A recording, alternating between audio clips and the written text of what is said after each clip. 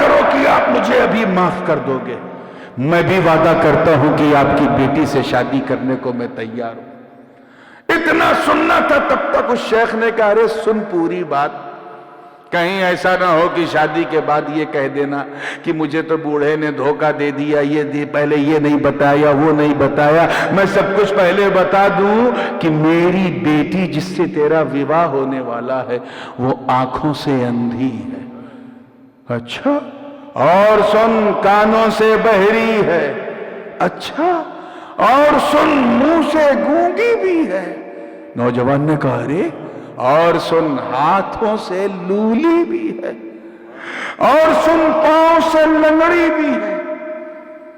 آج کا چھوکرا ہوتا ہے یہ واٹس ایپ، فیس بک، انسٹاگرام چلانے والا، اور لحاف میں چھپ کے اپنے ماں باپ کی نظروں سے چھپ کے موبائل چلانے والا اگر ہوتا تو کہتا اے بابا یہ ماڈل تو نے میرے ہی لیے بچائے رکھا تھا، جو اندھی بھی ہو، بہری بھی ہو، گونگی بھی ہو، لولی بھی ہو، لنگڑی بھی ہو، کیا میں نے گناہ کیا ہے؟ لیکن اس نوجوان کے تقوی کو سلام پالی والوں، اس نے کہا ٹھیک، تو وعدہ کر کے ابھی مجھے معاف کر دے گا؟ اے شیخ، میں تیری لولی، لنگڑی، اندھی، بہری، گونگی لڑکی سے شادی کو تیار ہوں۔ اتنا دھیرے، سبحان اللہ۔ اسی لیے تو ہم نام کے مسلمان رہ گئے۔ جب اس طرح کی بات آتی ہے تو مقرر کو ریسٹ دینے کے لیے آپ لوگ بولتے بھی نہیں، آپ بولیں گے تو وہ میرے لیے ریسٹ ہوگا، اور rest will be the best option under the circumstances. توجہ چاہوں گا، کیا ہوا؟ شادی ہو گئی، سادے سادے انداز میں شیخ نے شادی کر دی۔ نوجوان شب زفاف کے لیے قدم آگے بڑھا رہا ہے، شب عروس کے لیے، اور دلہن سجی سجائی اندر اپنے سرتاج کا انتظار کر رہی ہے۔ سہاگ کی رات ہے۔ نوجوان دروازے تک پہنچا تو دل میں خیال آیا کہ بیوی تو اندھی ہے، بہری ہے، گونگی ہے، لولی ہے، لنگڑی ہے، نہ سنے گی، نہ بولے گی، نہ ہلے ڈولے گی، لیکن سلام کرنا تو میرے آقا کی سنت ہے، میں سلام کروں گا چاہے وہ سنے یا نہ سنے۔ تاریخ گواہ ہے میرے دوستو۔ نوجوان نے دروازے کو دستک دی، اندر آہٹ محسوس ہوئی، دروازے کو کھولا، سلام کیا تو دیکھتا کیا ہے کہ وہاں نہ کوئی اندھی، نہ کوئی بہری، نہ کوئی گونگی، نہ کوئی لولی، نہ کوئی لنگڑی، بلکہ ایک صحیح سالم، انتہائی خوبرو نوجوان دلہن کے لباس میں، چہرہ ایسا جیسے لگے جنتی حوروں نے اپنے مقدس ہاتھوں سے سنگار کیا۔ سبحان اللہ۔ آج کا نوجوان ہوتا تو کہتا لگتا میری بیوی کا کمرہ کوئی اور ہے، یہ کہیں میں اور آ گیا، چلو پہلے یہاں ٹائم پاس کرتے ہیں پھر وہاں چلتے ہیں۔ سر جھکانے کی ضرورت نہیں، ہم ایسے ہیں انفارچونیٹلی، مگر اس نوجوان کے تقوی کو سلام۔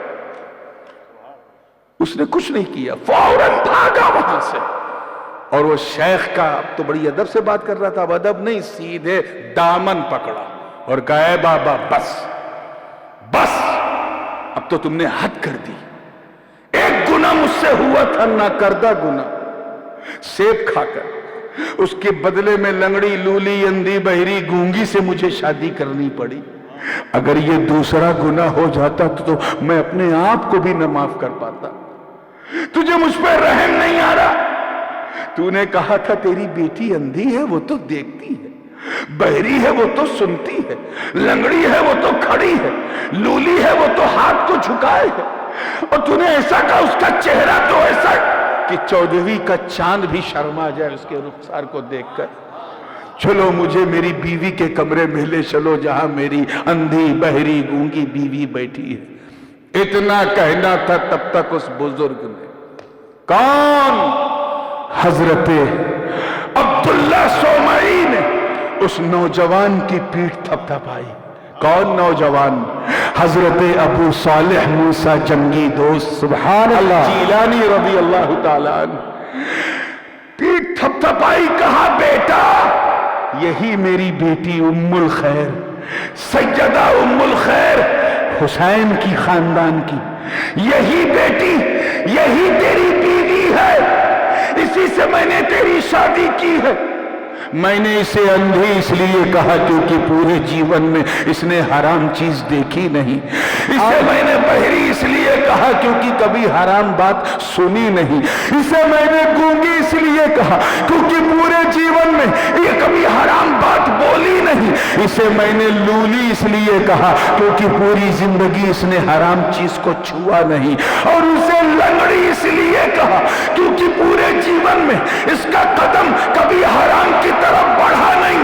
اے نوجوان، اے ابو صالح، جب میں نے تیرا تقوی دیکھا، خوف خدا دیکھا کہ ایک ناکردہ گناہ کی توبہ کے لیے تو اندھی لولی لنگڑی لڑکی سے شادی کو تیار ہو گیا، تو میں سمجھ گیا کہ میری اس بے مثال بیٹی کے لیے تو جیسا بے مثال جمائی ہی بہتر ہے۔ نعرہ تکبیر، نعرہ رسالت، حضور تاج العلماء، جشن غوث اعظم، نعرہ رسالت۔ تو ابو صالح موسیٰ جنگی دوست نوجوان، یہ حضرت امام حسن کی اولاد میں سے کس میں؟ امام حسن مجتبی، یہ ہمارے دادا مو، اور حضرت سیدہ طیبہ طاہرہ فاطمہ ثانیہ جناب سیدہ ام الخیر فاطمہ، یہ حضرت امام حسین کے خاندان سے، بابا حسنی ماما حسینی۔ ارے جب ابو صالح موسیٰ جنگی دوست جیسا باپ ہو اور سیدہ ام الخیر جیسی ماں ہو، جب ان دو انمول رتنوں کا ملن ہوتا ہے، ملن، تب جا کے غوث اعظم کا جنم ہوتا ہے، جنم۔ سبحان اللہ، سبحان اللہ، یا رسول اللہ۔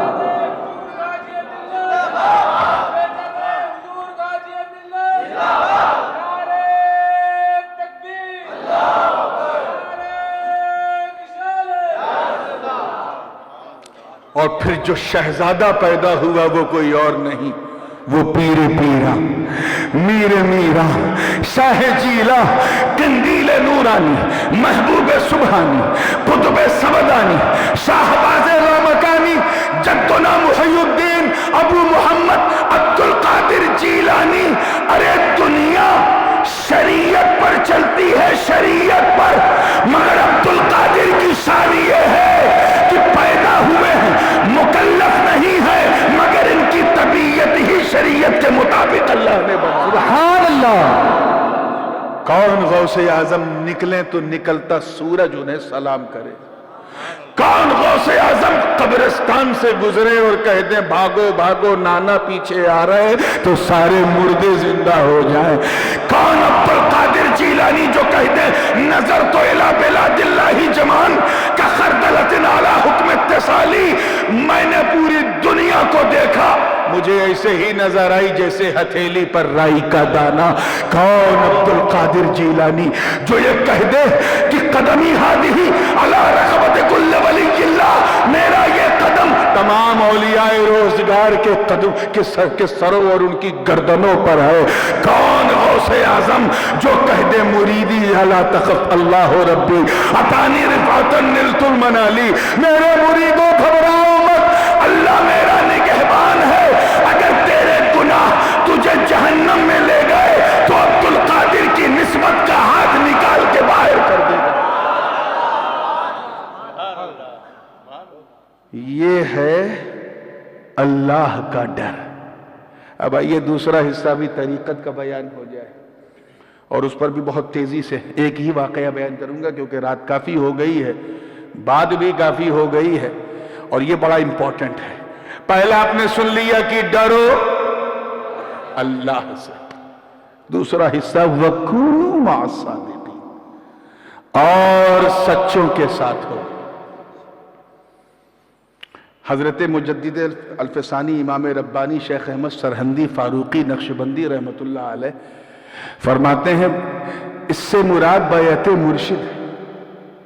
خود حضرت شاہ عبدالحق محدث دہلوی نے بھی فرمایا کونوا مع الصادقین، یعنی اللہ سے ڈرو اور کسی کے مرید ہو جاؤ۔ زیادہ تر صوفیہ کرام نے یہ فرمایا، سچوں کے ساتھ ہو جاؤ کا مطلب یہ نہیں کہ سچوں کے گھر پہ قبضہ کر لو، یعنی سچوں کے بن جاؤ، سچوں کے ہاتھ پہ بک جاؤ، یا پھر اس کے ہاتھ پر اپنا ہاتھ رکھ دو جس کا کنیکشن بڑے بڑے سچوں سے ہے۔ یہ سب ایک جو بھی معنی آپ نکالیں ایک ہی بات ہے۔ کچھ لوگ ایسے بھی ہوتے ہیں، اب پتہ نہیں یہ واقعہ میرا سنانا مناسب ہے کہ نہیں، کیونکہ میں رات کا مولوی ضرور ہوں مگر دن کا پیر بھی ہوں، اور ہر سمجھدار پیر شیرنی دیکھ کے فاتحہ کرتا ہے۔ اس جماعت سے بھی میرا تعلق ہے، اس جماعت سے، لیکن صرف تقریب فہم کے لیے سمجھا رہا ہوں۔ کچھ ایسے ہوتے ہیں جو انتظار کرتے ہیں کہ کوئی اچھا پیر ملے تو مرید ہو جاؤں، اچھا پیر ملے تو مرید ہو جاؤں، اچھا پیر، اس چکر میں بوڑھے ہو جاتے ہیں۔ ایک شخص تھا، 600-700 سال پہلے کی، 800 سال پہلے کی بات ہے، جتنے بھی پیر آتے تھے اس کے علاقے میں بڑے غور سے دیکھتا تھا، اور وہ بھی سنت کی اینک لگا کے دیکھتا تھا، اینک لگا کے۔ اب ظاہر سی بات ہے 24 آورس تو کوئی پیر صاحب سنت کی اوستھا میں رہ ہی نہیں سکتے، کوئی انسان نہیں رہ سکتا، یہ تو حضور کی شان ہے۔ اب اگر جیسے پیر صاحب اسٹیج سے اترنے ذرا جلدی میں تھے، اور جلدی میں مریدوں نے حملہ کیا مسافے کے لیے، وہ اپنی جان بچا کے کنارے گئے، اس چکر میں جلدی میں انہوں نے بایاں پاؤں پہلے جوتے میں ڈال دیا، دایاں بعد میں ڈالا، خلاف سنت ہو گئے جلدی میں۔ اس نے دیکھا اور نہیں، یہ پیر بنانے لائق نہیں ہے، اسے یہ نہیں معلوم کہ پہلے دایاں پاؤں ڈالا جاتا ہے۔ پیر صاحب پیاسے تھے، پیاس کی شدت سے پریشان تھے، ٹائم کم تھا، گلاس مرید نے دیا، 3 سانس میں پینے کے بجائے پیر صاحب 1 سانس میں پی گئے۔ اس نے دیکھا کہ نہیں، یہ بھی پیر بنانے لائق نہیں ہے۔ اچھا ہوتا کیا ہے، بڑی معذرت کے ساتھ، اسی لیے میں کہتا ہوں اہل علم، یہ جو علماء ہیں نا، ان کی صحبت میں بیٹھا کرو، مدرسوں میں جاؤ پڑھو، تمہیں جو بھی جاب کرنی ہے کرو، جس اسکول میں جانا ہے، لیکن جب موقع ملے تو 1-2 گھنٹہ مدرسوں کو ضرور دیا کرو، علماء کو، کیونکہ جو لوگ مدرسے میں نہیں جاتے یا مدرسے کی روٹی نہیں کھایا، اگر ان میں سے کسی کو 200-300 سنتیں رٹا دی جائیں تو اس کا یہی حال ہوتا ہے۔ وہ ہر چیز سنت ہی کے میزان سے دیکھتا ہے۔ وہ کھانا کھاتے وقت لوگ کھانا دیکھتے ہیں، وہ آپ کی انگلی دیکھے گا، 3 انگلی سے کھا رہے ہیں کہ 4 انگلی سے کھا رہے ہیں، کیونکہ علم ہے نہیں، خالی سنت رٹ لیا ہے۔ تو وہ بھی نہیں ہونا چاہیے، علم کے ساتھ آگے بڑھو، ٹھیک ہے نا؟ اس کے ساتھ وہی مسئلہ تھا، 60 سال کا ہو گیا، 60 آ گیا، کوئی پیری ہی نہیں ملا، گھر میں بیوی بھی مرید، سارے بچے مرید، وہ نہیں تھا۔ ایک دن بیوی نے تانا دیا ہے، کسی کا مرید ہو جا، جس کا کوئی پیر نہیں ہوتا اس کا پیر شیطان ہوتا ہے۔ کہا وہ تو میں بھی جانتا ہوں، لیکن کوئی چنگا پیر دکھے تب نا، کوئی اچھا پیر دکھے، سب تو ایسے الٹے سیدھے دکھتے ہیں، کیا ہو جائے؟ اس نے کہا اے سن، زندگی کا کوئی بھروسہ ہے؟ اگر تو صبح کا سورج نکلنے سے پہلے ٹپک گیا کیا ہوگا؟ میں تو پیر کے پیچھے محشر میں جاؤں گی، تو شیطان کے پیچھے جانا۔ یہ کہا تو یہ بات کلک کر گئی اس کو۔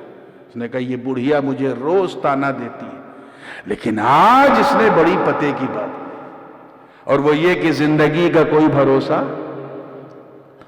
رات کافی ہو چکی تھی، اب جب ضمیر بیدار ہوا تو آدھی رات ہو چکی تھی، سوچا اب کیا کروں؟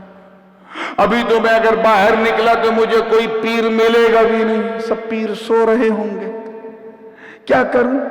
سو بھی نہیں رہا ہے کہ کہیں لیٹا اور آخری نیند نہ ہو، گھبرا گیا۔ اسی بیچ وہ اٹھا، رات کا 3 پہر تھا، مسجد میں گیا، فجر پڑھا، اس کے بعد وہ مسجد کے دروازے پہ جا کے بیٹھ گیا، جو شہر کا مین صدر دروازہ تھا وہاں، اور فجر کا وقت ہے، ابھی بالکل 4-4:30 کا ٹائم ہے۔ اس نے ایک عہد کیا اللہ سے، اے اللہ بس بہت میں نے سنت کی اینک لگا کے لوگوں کو دیکھا، آج تک پیر نہ ملا، آج میں عہد کرتا ہوں کہ اس گیٹ سے، اس دروازے سے جو انسان سب سے پہلے نکلے گا میں اسے اپنا پیر بنا لوں گا۔ آپ سوچو کہاں سنت دیکھنے والا، اب یہ کہ جو بھی ملے میں اسے اپنا پیر بنا لوں گا۔ اتفاق دیکھو چوروں کی ٹولی سب سے پہلے آگے آ رہی تھی، اور جو چوروں کا سردار تھا وہ سب سے آگے آگے. جیسے وہ آگے بڑھا اس مرید کو اپنا وعدہ یاد آیا. یہ لپکا, نہ دیکھا آؤ نہ دیکھا تاؤ, اس چور کی ٹانگ پکڑی اور کہا پیر صاحب. اب وہ چور اوپر سے نیچے دیکھ رہا, یار لوگ رات میں دوپہر میں چڑھاتے ہیں, اس نے صبح صبح چڑھا لی, میں اسے پیر دکھ رہا ہوں. اس نے کہا کیا بھائی, میں خود کسی کا مرید نہیں, تیرا پیر کیسے؟ کہا تو جو بھی ہے, میں نے تو تجھے اپنا صنم مان لیا ہے, زبردستی مان لیا ہے. میں چور ہوں, مجھے چھوڑ. کہا حضور ضرور چھوڑوں گا, لیکن پہلے مرید کرو. یہ کوئی بات ہوئی زبردستی پہلے مرید کرو؟ ایسے کوئی ہوتا ہے کہ سنیے, میں نے اللہ سے وعدہ کیا ہے کہ جو انسان پہلے اس دروازے سے گزرے گا اسے میں اپنا پیر بنا لوں گا. آپ گزرے, میں سمجھ گیا آپ آئے نہیں, میرے رب نے آپ کو میرے لیے بھیجا. میں کہا یا اللہ یہ کس مصیبت میں پھنس گیا. تب چور نے کہا دیکھ تو شریف انسان معلوم ہوتا ہے, اللہ والا ہے, میرے چکر میں مت پڑ. میرے ساتھی آگے نکل گئے, مجھے ادھر جانا ہے. میں چور ہوں, بہت بڑا ڈاکو ہوں, رابر ہوں, بدکار ہوں, بڑا گنہگار ہوں. اپنی خود برائی کیا تاکہ چھوڑ دے. وہ بھی بڑا ضدی تھا, آؤ ٹائٹ پکڑا. کہ اب تو میں بالکل نہیں چھوڑوں گا, اب تو میں بالکل نہیں چھوڑوں گا, کیونکہ جتنے پیر آتے ہیں وہ یا تو اپنی تعریف خود کرتے ہیں یا کسی سے کرواتے ہیں. تو پہلا پیر جو اپنی برائی کر رہا ہے, میں سمجھ گیا سب نقلی تو اصلی. اس نے کہا یار یہ کیا, یہ تو رانگ نمبر لگ گیا, یہ تو رانگ نمبر لگ گیا. کہا دیکھ چھوڑ بیٹا. میرے سارے ساتھی آگے نکل کے حضور میں آپ کا غلام, میں کہاں پکڑوں؟ پہلے مرید کرو, پہلے مرید کرو. جب بالکل پارا سر کے اوپر چلا گیا تو اس کے دماغ میں ایک آئیڈیا آیا. کس کے؟ چور کے. کہا اچھا ٹھیک ہے, میں تیرا پیر. جی حضور. تو میرا مرید. جی حضور. تو تجھے معلوم ہے پیر کا آدیش ماننا کتنا ضروری ہے؟ کہ جی حضور جانتا ہوں. تو کہ میرا آدیش یہ ہے کہ مجھے چھوڑ دے. اس نے کہا اے پیر صاحب, گردن مانگا ہوتا خدا کی قسم کاٹ کے آپ کے قدموں میں رکھ دیتا, مگر یہ حکم نہیں مانوں گا. 60 سال کے بعد ملے ہو, اب چلے گئے تو میں اپنے آپ کو معاف نہیں کر پاؤں گا. جب تھک ہار کے ایک دم سب معاملہ وہ ہو گیا, ساتھی بھی کافی آگے جا چکے تھے, وہ بھی مایوس تھا. تب اس نے کہا اچھا ٹھیک ہے, یہ مسجد کے بازو میں حویلی ہے نا, یہاں لنگر چلتا ہے روزانہ, بہت بڑا سیٹھ اندر رہتا ہے بابا, بہت غریبوں فقیروں مسکینوں سب کو کھلاتا ہے, بہت مال ہوگا اس کے پاس. چل میں تجھے لے کے چلتا ہوں, تیرے سامنے اس کے ہاں چوری کروں, اس کے گھر میں ڈاکہ ماروں, تجھے یقین دلاؤں گا کہ میں چور ہوں. اس کے بعد بھی اگر تجھے یقین نہ آیا تو میں تجھے مرید کر لوں گا. کہ مرید کر لیں گے نا؟ کہا بالکل کر لوں گا. جیسے ہی گیٹ تک پہنچا پھر دل میں خیال آیا چور کے. اس نے کہا دیکھ تو نیک انسان ہے, گناہ کرنا تو گناہ ہی ہے, اگر روکنے پہ قدرت ہے تو گناہ دیکھنا بھی گناہ ہے. میں تو گنہگار بنوں گا, تو پھوکٹ میں گناہ کرے. ایسا کر تو اسی دہلیز پر بیٹھ, اسی چوکھٹ پہ, میں اندر جاؤں گا, چوری کروں گا, چوری کا مال تجھے دکھاؤں گا, اور یقین نہیں آیا تو مرید بناؤں گا. کا وعدہ ہے نا بناؤ گے؟ کہاں بناؤں گا. چور اندر گیا. رات میں نے کہا نا کہ بالکل عبادت کا موقع تھا, گھر میں تنہائی و الیکٹریسٹی کا ماحول نہیں, کہیں دور چراغ جل رہا تھا. اس نے ہاتھ پیر مارنا شروع کیا, ٹاپک ٹوئیاں. چور کو کچھ مل ہی نہیں رہا. تھوڑا اور اندر گیا, ادھر ہاتھ مارا تو دیکھا لوٹا, ادھر ہاتھ مارا تو دیکھا تسبیح, اور آگے ہاتھ مارا تو دیکھا جانماز مصلی, سامنے چوکی. وہاں جس بیٹھا تو دیکھا کہ دور ایک چراغ جل رہا, اور وہاں کوئی اور نہیں بلکہ پیر پیران, میر میران, شاہ جیلا, قندیل نورانی, محبوب سبحانی, قطب سمدانی, سیدنا شیخ عبد القادر جیلانی رضی اللہ تعالیٰ عنہ نماز فجر ادا کر کے کچھ عبادت کر رہے ہیں, ریاضت میں مشغول ہے.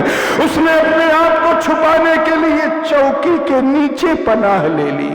اسی درمیان مبلغ پیغام اولیاء حضرت خواجہ خضر کی آمد ہوتی ہے اور کہتے ہیں اے عبد قادر جیلانی فلاں مقام پر ایک ابدال کا انتقال ہو گیا ہے، صبح ہونے سے پہلے کسی کو نامزد کر دیجئے تاکہ تقدری ہو جائے۔ اے قادریوں، میرے غوث کی کرامت دیکھو، ان کا قدرت و اختیار دیکھو، ان کا پاور دیکھو، ان کی صحبت کا رنگ دیکھو۔ فرماتے ہیں اے خواجہ خضر، ادھر ادھر جانے کی ضرورت نہیں ہے، ایک چور آیا ہے، بڑی دیر سے میرے گھر میں ہاتھ پیر مار رہا ہے، اسے کچھ نہیں ملا، چوکی کے نیچے چھپا ہے، ایسا نہ ہو کہ وہ خالی ہاتھ جائے اور بغداد کی گلیوں میں شور مچائے کہ عبد القادر جیلانی کے گھر گیا، مجھے کچھ نہیں ملا، لوگ میری سخاوت کو تانا دیں گے، اس لیے میں نے سوچ لیا ہے اسی چور کو ولی بنا دیا جائے۔ نعرہ تکبیر، نعرہ رسالت، حضور تاج العلماء، شہزادہ غازی ملت، سبحان اللہ سبحان اللہ۔ اسی چور کو ولی بنا دیا جائے، منہ سے غوث پاک کے نکل چکا تھا، چور کا سینہ مدینہ بن چکا تھا، اب وہ چور نہ رہا، حضرت الفی رضی اللہ تعالی عنہ ہو گئے، جن کا مزار پر انوار شورجر، ایک پرانا بازار، کبھی کبھی جمعرات کو ہم لوگ سبزی لینے وہاں جاتے تھے یا کوئی خاص چیز خریدنا ہوتا تھا، اندر گلی 1-1.5 کلومیٹر جا کر کے وہ ایک پرانے زمانے کا قبہ ہے، گنبد ہے، وہاں آپ آرام فرما، منہ سے نکلا ولی بنا دیا جائے۔ اب کہاں کا چور، کہاں کی چوری، کہاں کے ساتھی، کہاں کے لوگ، اب تو نگاہ لطف جو ہے اس پہ پڑ چکی تھی، دل کی دنیا اس کی بدل چکی تھی، اب تو نگاہوں کے سامنے صاحب غوثیت کبریٰ غوث اعظم شیخ عبد القادر جیلانی تھے، منصب قطبیت پر فائز ہوئے، نگاہیں دو چار ہو چکی تھی، نظر کا تیر چل چکا تھا، اب تو زبان حال سے وہ خسرو کی زبان میں گویا یہ کہہ رہا کہ من کے مندر میں بٹھا کر میں تیری پوجا کروں، تو مجھے دیکھے نہ دیکھے میں تجھے دیکھا کروں۔ وہ اب اسی مستی میں 2 دن گزر گئے، جب تیسرا دن آیا تو غوث پاک نے اسے اپنے سینے سے لگایا تو جو کچھ دینا تھا سب اس کے سینے میں اڈیل دیا، نور ولایت سے اس کا سینہ چمک گیا، خلافت و اجازت بھی دی، بیعت بھی کیا، اور کرخ کے مقام کا اسے ابدال بھی نامزد کر دیا۔ اس کے بعد فرمایا ہے الفی اس لیے کہتے ہیں ان کو کہ ان کے تعلق سے مشہور تھا کہ انہوں نے 1000 قتل کیا تھا، ایسے تھے، لیکن غوث کی نگاہ نے کیا بنا دیا، نظر نے کیا بنا دیا۔ توجہ چاہوں گا، پھر کہا کہ صرف تکنے اور دیکھنے کے لیے تجھے یہ منصب نہیں دیا ہے، تجھے اولیاء صدیقین میں شامل کیا گیا ہے، جا فلاں جگہ پر تجھے قطبیت کا منصب سنبھالنا ہے۔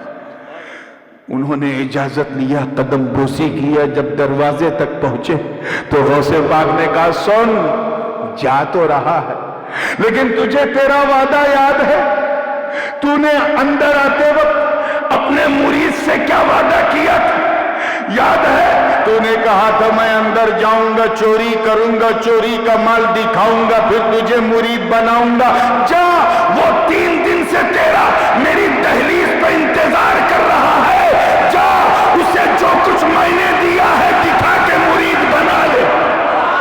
نعرہ تکبیر، نعرہ رسالت، شہزادہ حضور غازی ملت، حضور تاج العلماء، فیضان حضور غوث اعظم، نعرہ تکبیر۔ اس واقعے سے سمجھ میں آنے والی بات تو کئی ایک ہے، لیکن 2 بڑی خاص ہے، last but not the least۔ ایک یہ کہ پیر اگر کامل ہو، پیر شرما کے نہ بولو، پیر اگر کامل ہو، پرفیکٹ ہو، تو چور کو ولی بنا دے، چور کو، یہ تو سب سمجھ گئے، ذرا دوسرا سمجھنے کی کوشش کرنا۔ دوسرا، پہلا تو ہے کہ پیر اگر کامل ہو تو چور کو، زور سے بولو، ایسے ہی اگر مرید، توجہ اللہ کرے سمجھ میں آ جائے، مرید اگر اپنی طلب میں، اپنی اچھا میں اگر کامل ہو تو چور کو ولی بنوا دے۔ سوچ میرے غوث کا جود و سخا دیکھ، کسی کو خالی نہیں کرتے۔ جب آنے والے چور کو انہوں نے نواز دیا تو ہم تو وہ خوش نصیب ہے جو دامن عبدالقادر تھام کے کہتے ہیں کہ غوث کا دامن ہمارا تو یہ وظیفہ ہے، یہ ترانہ ہے، اور ہم یہ امید کرتے ہیں کہ ہم غوث کا دامن نہیں چھوڑیں گے۔ غوث پاک محشر میں ہمیں انشاءاللہ سنبھالے رہیں گے، وہاں وہ نہیں چھوڑیں گے۔ مولا کریم ہم سب کو اللہ سے ڈرنے اور اللہ والوں کے پیچھے پیچھے چلنے کی توفیق عطا فرمائے۔ وآخر دعوانا ان الحمدللہ رب العالمین۔ السلام سر پہ ہو زہرا کی چادر یا نبی سلام علیکہ یا رسول سلام علیکہ یا حبیب سلام علیکہ صلوات اللہ علیکہ۔ تم کو ہم سے کیا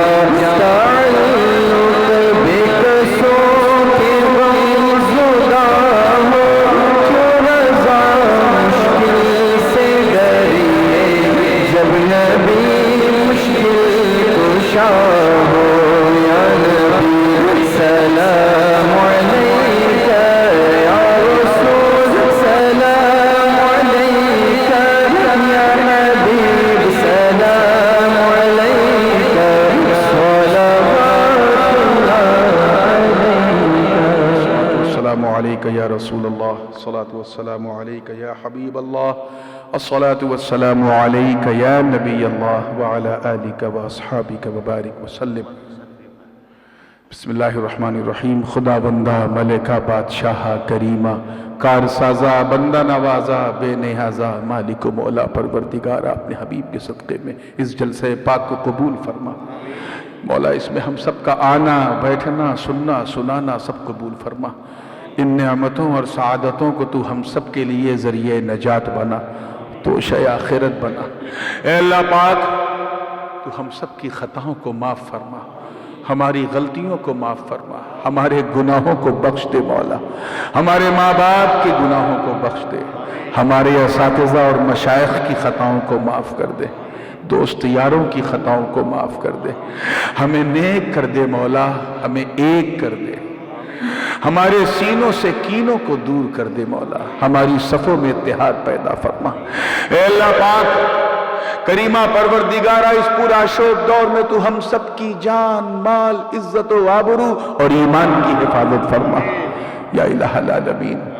اس پرخطر دور میں تو ہم سب کو اپنی حفاظت میں رکھ، بالخصوص اس کووڈ-19 کی اس عالمی وبا سے ہم سب کو محفوظ فرما، اس کے جتنے بھی ویریئنٹس ہیں ان سب سے ہم کو محفوظ و مامون فرما، اور ہمیں یہ توفیق عطا فرما کہ ہم تیرے نبی کی سنت پہ چلتے ہوئے ان کے فرمودات کے مطابق وبائی صورت میں زندگی گزار سکیں، جیسا ہمارے نبی نے فرمایا کہ وبائی صورت میں فزیکل ڈسٹنسنگ ضروری ہے، ہمیں وہ توفیق عطا فرما۔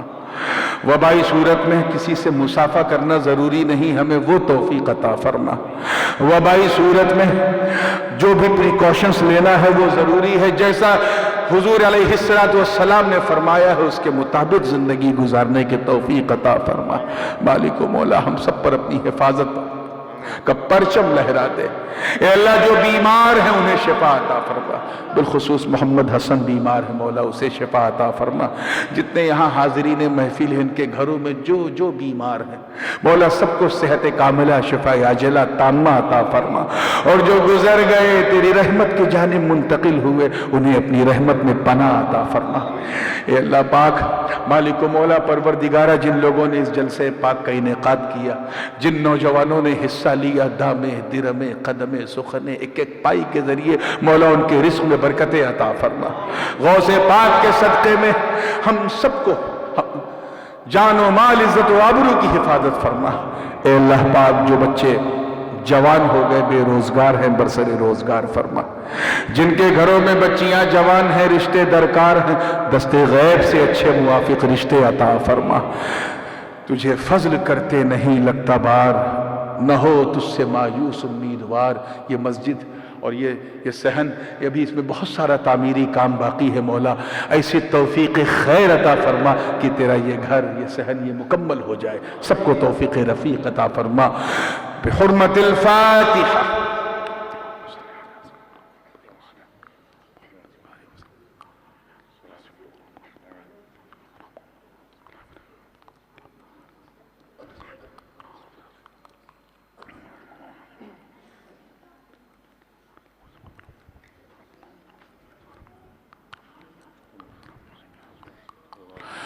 قال الله تعالى في شأن حبيبه الكريم: إن الله وملائكته